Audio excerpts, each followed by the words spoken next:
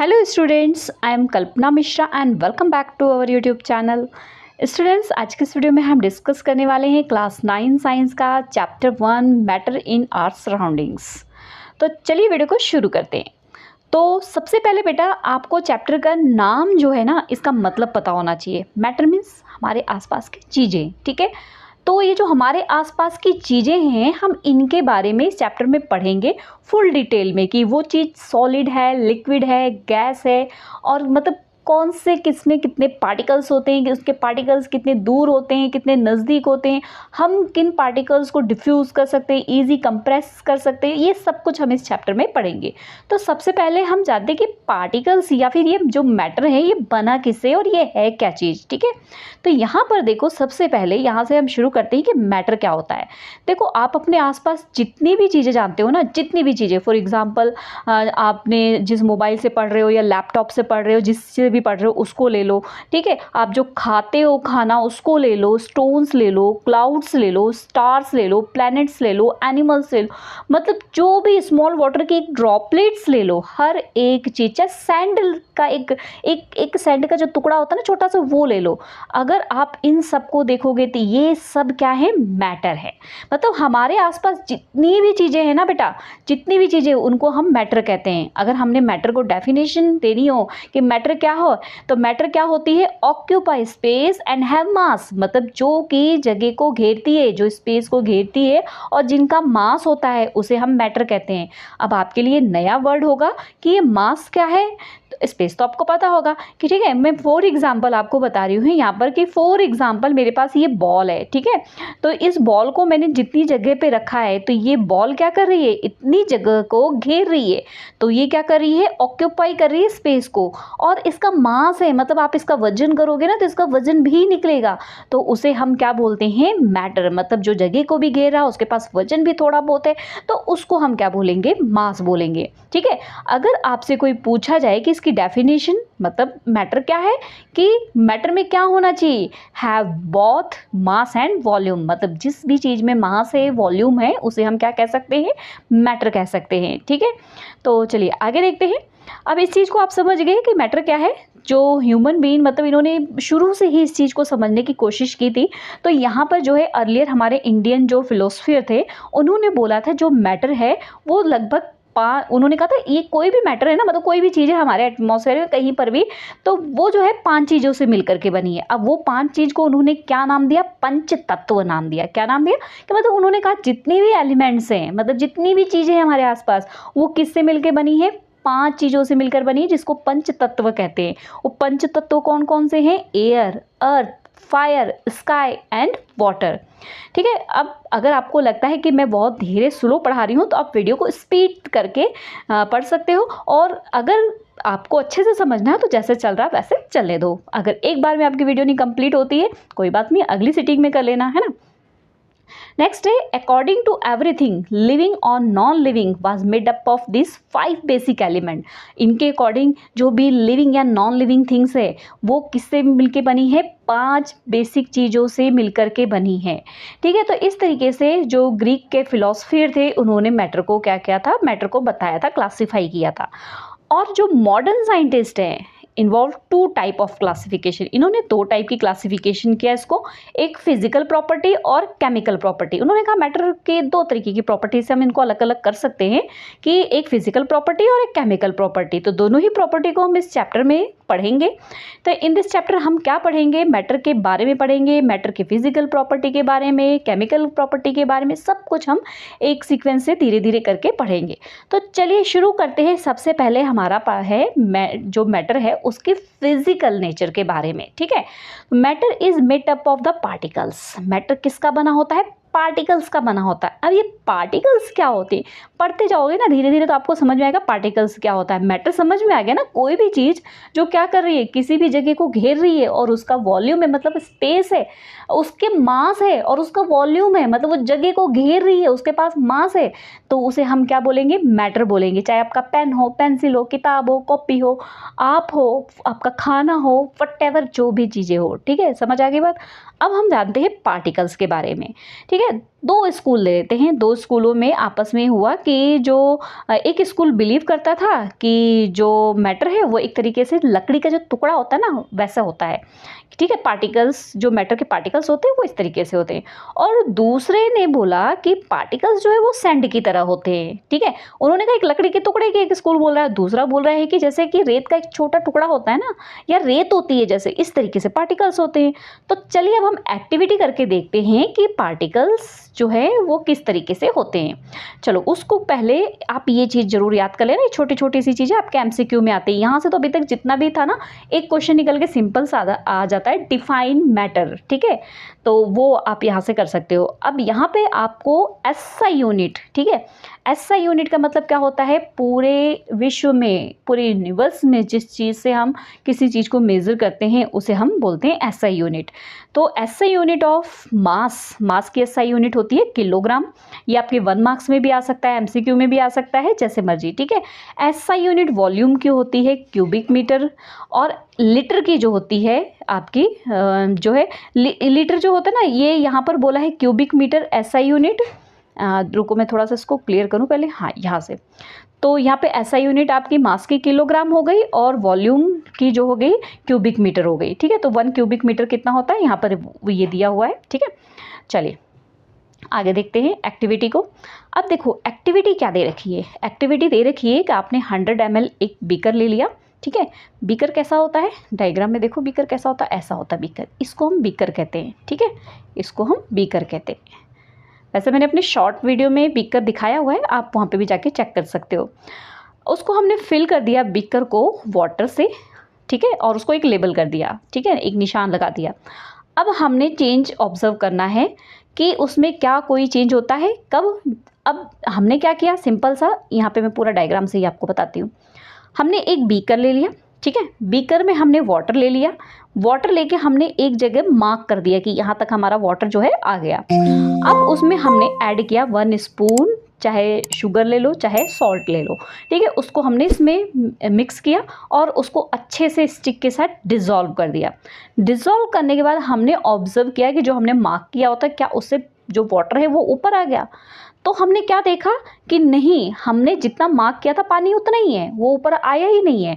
It means क्या हो गया कि जो सॉल्ट है वो वाटर में कहीं ना कहीं स्पेस थी जिसमें वो डिज़ोल्व हो गया। समझ आ रही है ना मेरी बात, कि मतलब अगर वो बढ़ा नहीं है, अगर उसमें हमने 1 चम्मच चीनी या जो शुगर डाल दिया था, सॉरी सॉल्ट डाल दिया था, तो उसको क्या करना चाहिए था, उसको ज़्यादा हो जाना चाहिए था, बट नहीं, ऐसा नहीं हुआ, वो उसमें डिसॉल्व हो गया।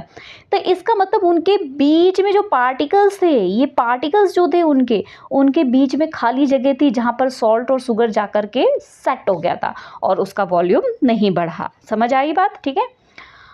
नेक्स्ट है how small are this particles. अब हमने ये तो देख लिया कि पार्टिकल्स होते हैं जिनके बीच में जगह होती है ना। तो अब ये पार्टिकल्स कितने छोटे होते हैं इसका हम देखेंगे एक्टिविटी के थ्रू।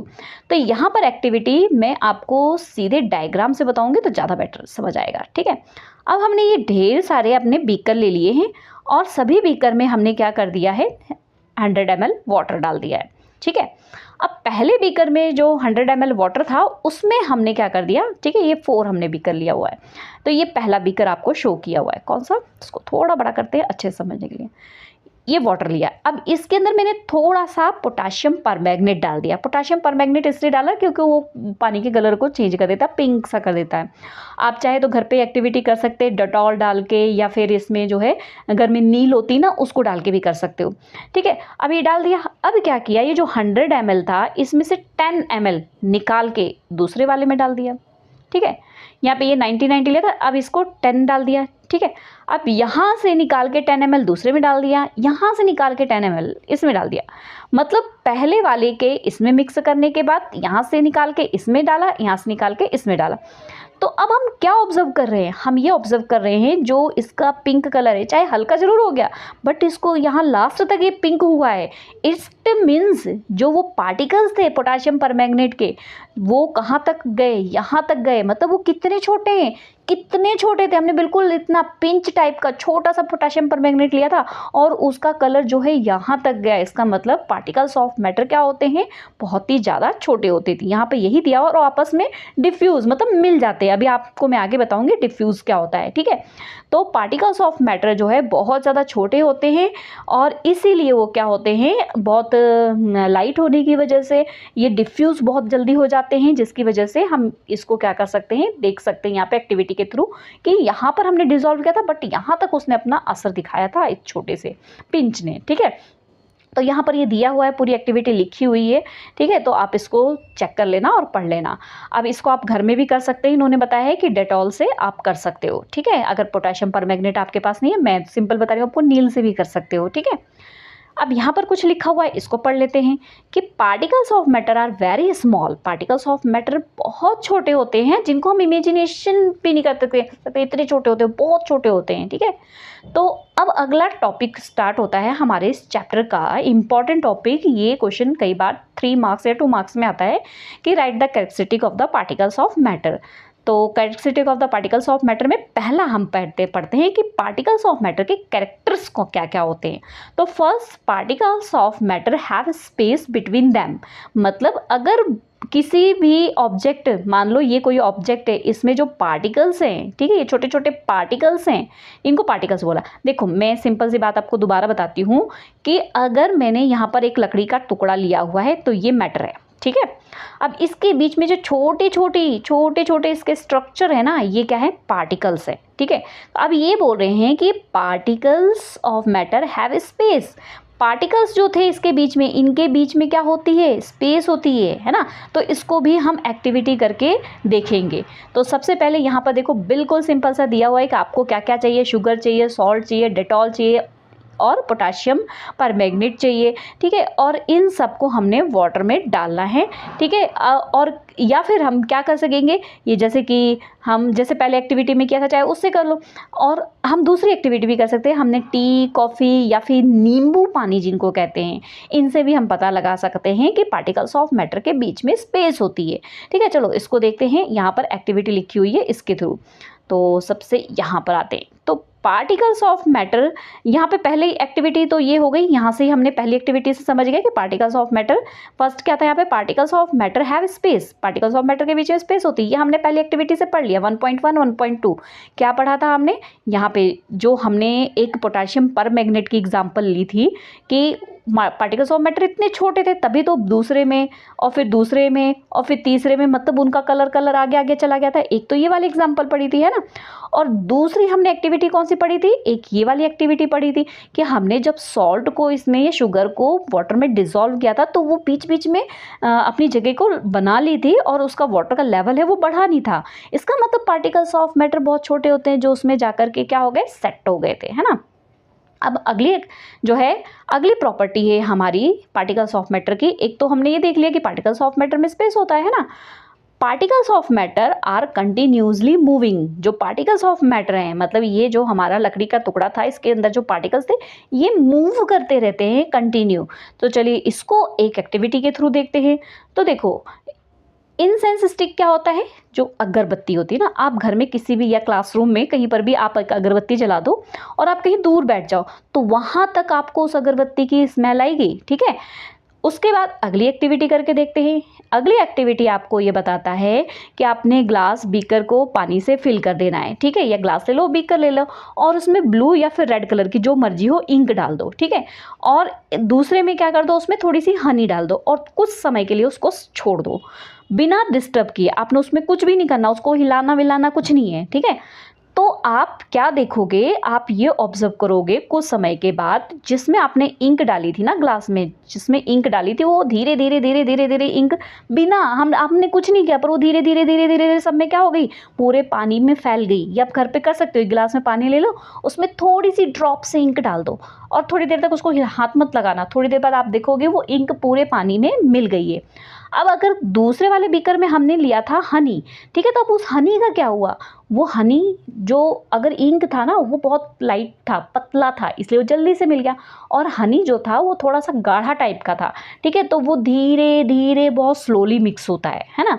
तो ये हमने इन एक्टिविटी से ऑब्जर्व किया। एक और एक्टिविटी यहाँ दे रखी है, कॉपर सल्फेट। कॉपर सल्फेट हमने 8th में भी पढ़ा था। कॉपर सल्फेट का कलर क्या होता है, ब्लू होता है, ठीक है। पोटाशियम परमैंगनेट का कलर जो है पिंक होता है, वो अभी हमने पढ़ लिया है ना।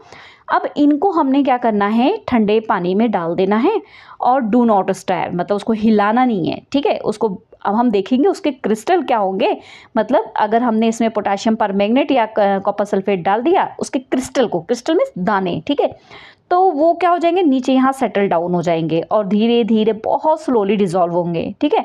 उसको हमें अगर हमने उसको फिर अब गर्म कर दिया थोड़ा सा, तो हम क्या ऑब्जर्व करेंगे, तो अब देखो मैंने दो चीज़ें बताई, एक तो ठंडे पानी में आपने डाल दिया था, इट्स ओके, उसके बाद हमने उसको गर्म किया। अब क्या हमें फ़र्क लगा, तो बच्चों जो ठंडे पानी में हमने डाला था वो जल्दी से उसमें आपस में मिक्स नहीं होगा, लेकिन जब हमने पानी को गर्म किया तो वो जल्दी से मिक्स होने लगा।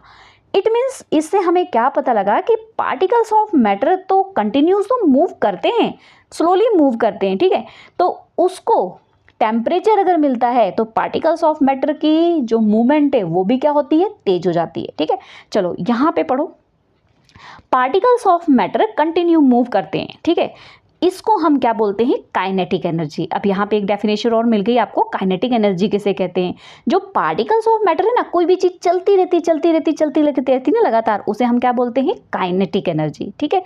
और ये जो कंटिन्यू मूविंग है या फिर काइनेटिक एनर्जी है, जब हम उसमें टेम्परेचर बढ़ाते हैं तो वो तेज भागती है, और जब हम उसका टेम्परेचर कम रहता है तो वो कम जाती है।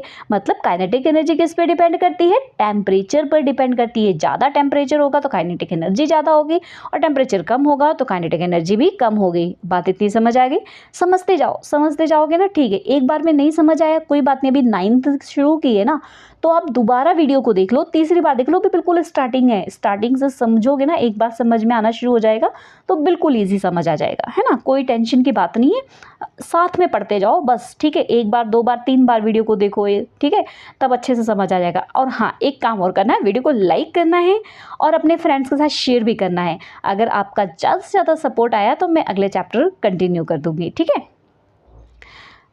नेक्स्ट है अच्छा, एक बात और है, कुछ क्वेश्चंस मैं पुट करूँगी इस वीडियो में, उसका आंसर आपने मुझे कमेंट में देना है, जिससे मुझे पता लग जाएगा आप वीडियो को प्रॉपर देख रहे हो और समझ रहे हो, है ना। चलो आगे चलते हैं। इन द अबव 3 एक्टिविटी, हमने जो 3 एक्टिविटी की थी, इसमें मैटर जो है वो एक दूसरे में मिक्स हो जा रहे थे, ठीक है, क्योंकि उनके अंदर क्या था, पार्टिकल्स के बीच में स्पेस था। तो intermixing of particles of 2 different type of matter there on is called diffusion. अब यहाँ पर देखो, ऊपर काइनेटिक एनर्जी की डेफिनेशन मिली, पीछे मैटर की डेफिनेशन मिली, ठीक है, कुछ कुछ रीजन मैंने आपको बताए। अब मैं आपको यहाँ पे डेफिनेशन बता रही हूँ डिफ्यूजन की। डिफ्यूजन क्या होता है कि जब पार्टिकल्स ऑफ मैटर के बीच में जब जगह होती है, हमने एक्टिविटी में देखा, वो आपस में मिक्स हो जाते हैं। जैसे हमने इंक डाली थी, वो पानी के साथ मिक्स हो गया, हमने पोटेशियम परमैंगनेट डाला, वो भी पानी के साथ मिक्स हो गया, हमने सॉल्ट डाला था, शुगर डाला था, वो भी पानी के साथ मिक्स हो गया था।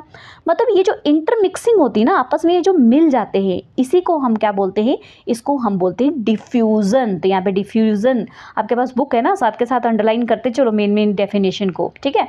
तो इसे हम डिफ्यूजन कहते हैं। और डिफ्यूजन हमने अभी पढ़ लिया है कि अगर हम हीट ज़्यादा करते हैं तो डिफ्यूजन भी तेज होता है, ठीक है। यानी पूछा कि अगर हम हीटिंग करेंगे तो डिफ्यूजन कैसा होगा, तो ऑब्जर्व किया ना हमने कि हमने अगर हीट किसी चीज़ को किया तो वो ऑब्वियस है क्या कर रहा था, वो जल्दी से डिफ्यूज़ हो रहा था, है ना।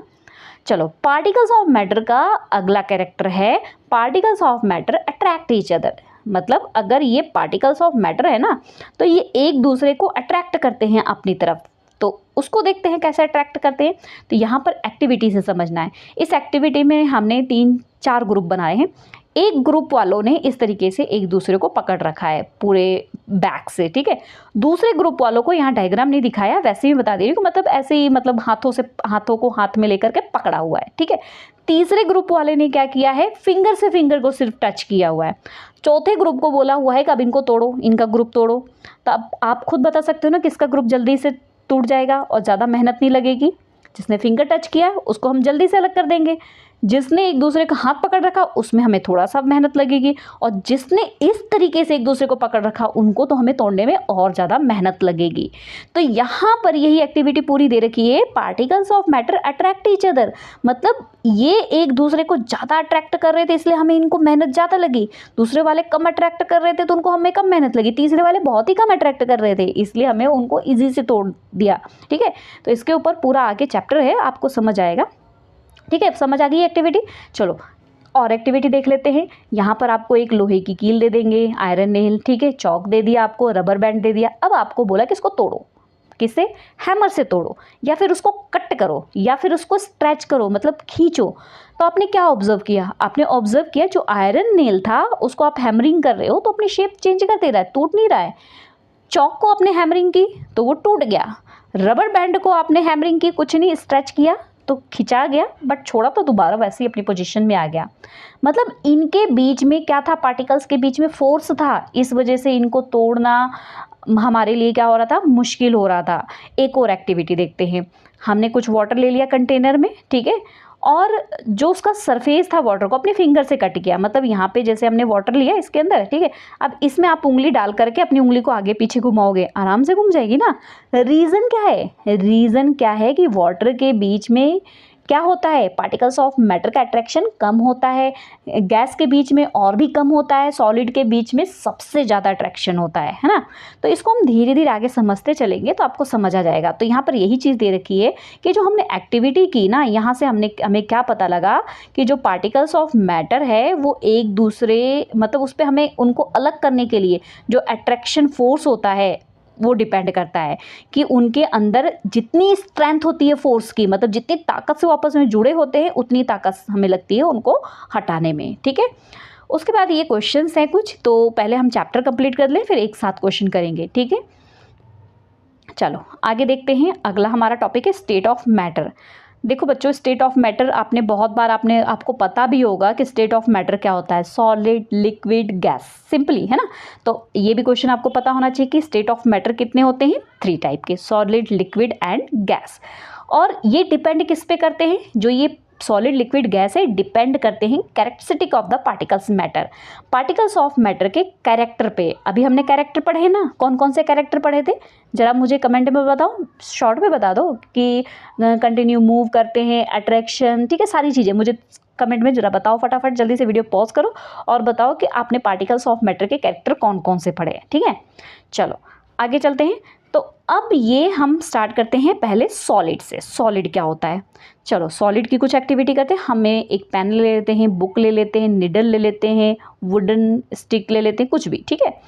अब इनको सबको एक एक करके क्या करना है, स्केच द शेप, मतलब आपने एक पेज पर उनको सबको एक बार रखना है और उसको पेंसिल से उसकी जो है शेप बनानी है। ठीक है, समझ आ रही ना मेरी बात, ठीक है। और उसके बाद आप क्या देखोगे, आप उसका ये देखोगे फिक्स्ड वॉल्यूम है और शेप भी उसकी जो है वो क्या है, डिस्टिंक्ट है, मतलब बिल्कुल निश्चित है। ठीक है, तो शेप उसकी निश्चित है, उसका फिक्स्ड वॉल्यूम है, मतलब आपने पेंसिल की जैसे भी आप निडल के चारों तरफ आपने उसको दूसरी जगह रखा, वहाँ पे ड्रॉ किया, तीसरी जगह रखा, वहाँ पे भी ड्रॉ किया, तो हर जगह एक जैसा ही ड्रॉ हो रहा था, है ना।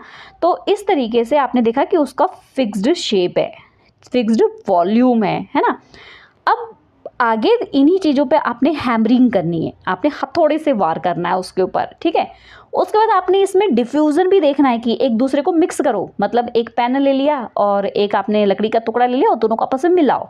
ठीक है, अगली आपने करना है कि इनको कंप्रेस करना है, मतलब दबाना है। कितनी चीज़ें हमने की, हैमरिंग भी कर ली, शेप बना के अलग अलग देख लिया, उसके बाद जो है हमने उसको हाथों से दबा के देखना है। आपने क्या ऑब्जर्व किया, जितनी चीज़ें ले रखी थी, जितनी भी चीज़ें हमने ले रखी थी हमने ऑब्जर्व किया है।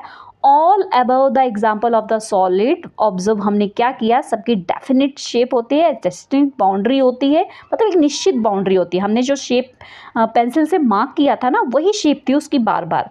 अगर हमने उसको हथौड़े से मारा तो उसकी शेप चेंज नहीं होगी, वो टूट जाएगा। ठीक है ना, ये यहाँ पे दिया हुआ है। अच्छा, आगे यहाँ पे बोला है कि जो कंप्रेस, हमने कहा था ना उसमें कि कंप्रेस करना मतलब दबाना है, तो सॉलिड को जो है उसकी टेंडेंसी मेंटेन रहती है, मतलब वो हार्ड होती है। अपना पेन है, आप उसको दबा के देखो तो वो दबेगा नहीं ना आपसे, क्योंकि उसके अंदर फोर्स बहुत ज़्यादा होता है। ठीक है, तो मतलब इसके अंदर फोर्स बहुत ज़्यादा होता है।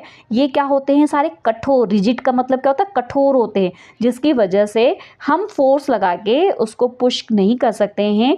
इवन कि हथौड़े से मारेंगे तो उसकी शेप जरूर चेंज हो जाएगी, शेप भी नहीं चेंज होगी, वो क्या हो जाएगा, टूट जाएगा। ठीक है, तो यहाँ पर देखो आपको ऑब्जर्वेशन सारी चीज़ों का दे रखा है कि अच्छा ये बताओ, आपको बोल दिया है कि सॉलिड जो है डेफिनेट शेप होता है, रिजिड होता है मतलब हार्ड होता है। तो अब ये बताओ कि जो रबर है वो भी सॉलिड ही है ना। अब आप उसको खींचोगे तो उसकी शेप तो चेंज हो जाती है। आप अभी कह रहे हो सॉलिड की शेप चेंज नहीं होती है। आगे आपने एक शुगर ले लिया, सॉल्ट ले लिया, आप उसको किसी जार में रखते हो, जिस जार में रखते हो वो उसकी शेप ले लेता है। हमने अभी ऊपर पढ़ा कि सॉलिड की जो है शेप जो है निश्चित होती है।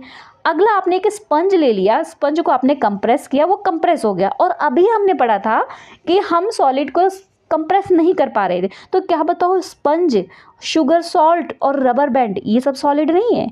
ठीक है, तो चलो आगे इसमें देखते हैं कि इससे हमने क्या देखा कि जो सारी चीज़ें हमने देखी सब सॉलिड है। रबर बैंड को हमने खींचकर उसकी शेप तो चेंज की, लेकिन जैसे ही हमने उसका फोर्स हटाया तो वापस से अपनी ही पोजीशन में वो आ गया। ठीक है, तो यहाँ पर ये दिया हुआ है।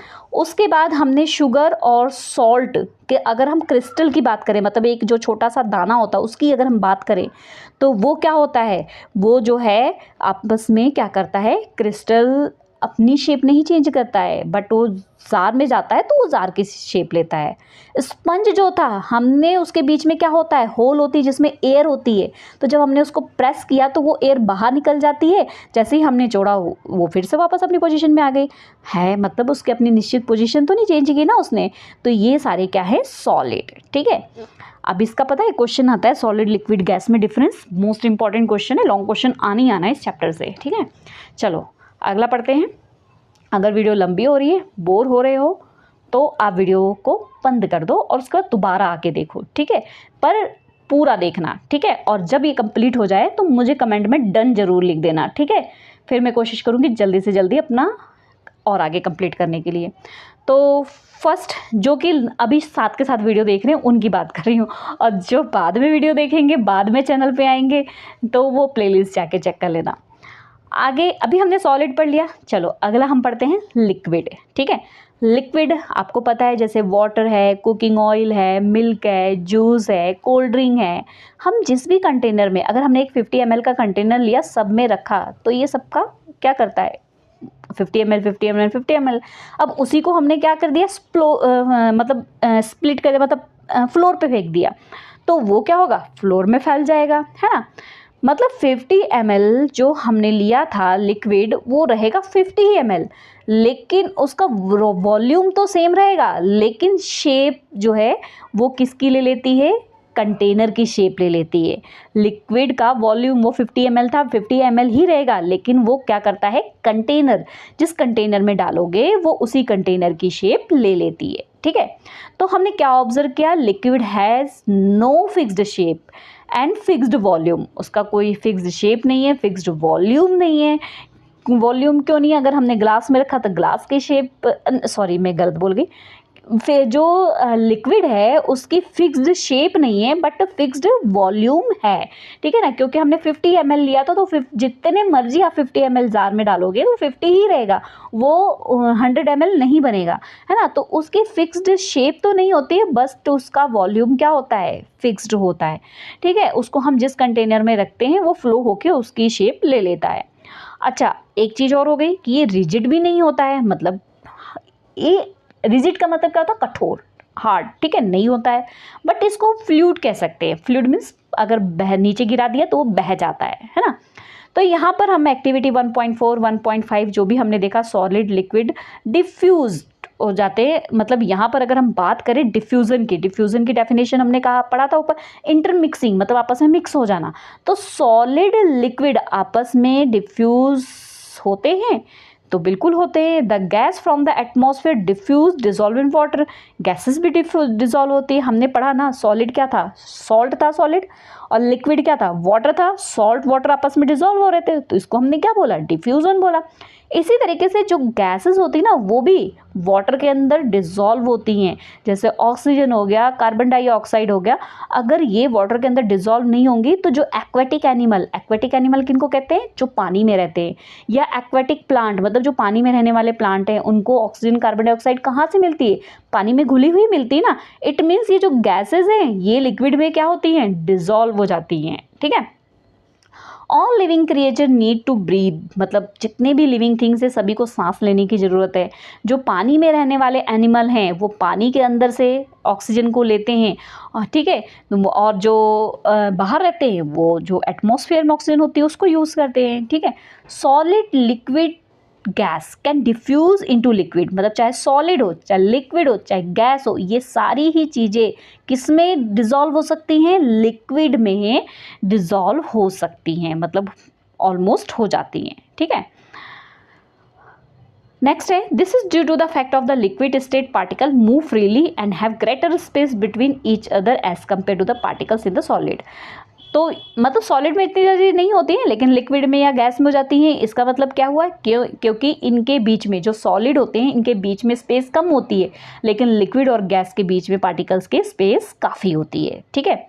अगला पार्ट हम पढ़ते हैं the gaseous state. Have you ever observe balloon, आपने बैलून को कभी ऑब्जर्व किया है, उसमें हवा भरी जाती है, एक सिलेंडर से गैस भरी जाती है तो वो क्या होता है, फूल जाता है ना। तो चलो एक्टिविटी को देखते हैं। एक्टिविटी, अब सिंपल सी एक्टिविटी यहाँ पर करनी है। यहाँ पे मैं आपको डायग्राम से बता देती हूँ। डायग्राम में भी एक ही डायग्राम दिया हुआ है, तो चलो मैं ऐसे ही बता देती हूँ यहीं से, पर यहाँ पे चीज़ें पहले समझ लो, ठीक है, ताकि मैं बताऊँगी तो आपको पता लगेगा। तो यहाँ पर जो है सबसे पहले ये देखो, यहाँ पर इसको हम बोलेंगे पिस्टन। ठीक है। किसको बोलेंगे हम, इसको ठीक है, इसको पिस्टन बोलेंगे। ठीक है। और इसके अंदर यहाँ पर जो है ये जो है गैस भरी हुई है, इसके अंदर ये गैस भरी हुई है, और यहाँ पर हमने एक रबर का कॉर्क लगाया और इसको पूरे को हम सिरिंज बोलेंगे। ठीक है। तो यहाँ पर इसको पूरे को हम क्या बोलेंगे, वेट एक मिनट, और इसको पूरे को हम सिरिंज बोलेंगे। समझ आ गई मेरी बात। ठीक है। तो ये पिस्टन, ये हमारी गैस, ये हमारा रबर का कॉर्क, ये सारी चीज़ें समझ गए। अब ये समझ गए तो अब ये जो है एक्टिविटी समझेंगे। एक्टिविटी में क्या बोला गया है आपको कि जो सिरिंज है आपने एक 300 ml की सिरिंज लेनी है। एक पहली सिरिंज के पिस्टन को, मतलब ये ऊपर वाला जो हिस्सा था, दिखाओ मैं, ये वाला, ठीक है, ये पिस्टन, ठीक है, ये ऊपर वाले हिस्से को हमने क्या कर देना है, निकाल देना है पहली सिरिंज से। दूसरी सिरिंज में हमने क्या करना है कि पानी डाल देना है। ठीक है। और तीसरी सिरिंज में हमने चॉक डाल देना है। तो अब जिसमें चॉक डाला था उसका पिस्टन लगाना है और उसको प्रेस करना है। अच्छा, पिस्टन लगाने से पहले इन्होंने बोला कि वैसलीन लगा लेना ताकि वो इजीली अंदर चली जाए। ठीक है।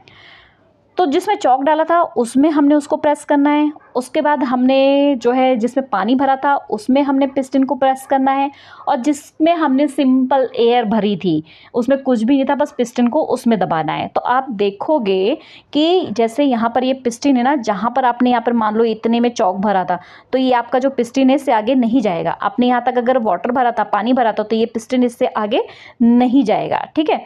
तो इस तरीके से आप क्या देखोगे, आप ये देखोगे कि जहाँ पर आपने कुछ भी नहीं भरा था, कुछ नहीं भरा था, इसका मतलब वहाँ पर क्या थी, गैस थी। हमने बोला ना हमारे चारों तरफ गैस है, तो वो पिस्टन सबसे ज़्यादा गैस में नीचे तक गई थी। मतलब हमने गैस को सबसे ज़्यादा कंप्रेस कर सके थे, हमने सबसे ज़्यादा गैस को कंप्रेस कर लिया था। बात समझ आ गई।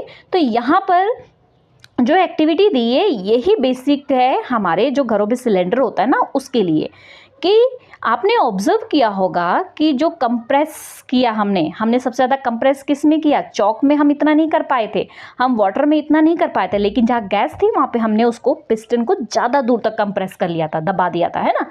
तो liquefied petroleum gas, full form learn कर लो, LPG, ये क्या होती है, we get in our home cooking in oxygen supply hospital, जब हॉस्पिटल में ऑक्सीजन की सप्लाई होती है, या हमारे घरों में जो एलपीजी सप्लाई होती है, या फिर सीएनजी कंप्रेस्ड नेचुरल गैस जो कि फ्यूल के रूप में यूज़ किया जाता है, इन सब में जो गैस होती है इसको क्या किया जाता है, कंप्रेस करके रखा जाता है, जिससे सिलेंडर के रूप में एक जगह से दूसरी जगह तक इसको पहुंचा सके। ठीक है।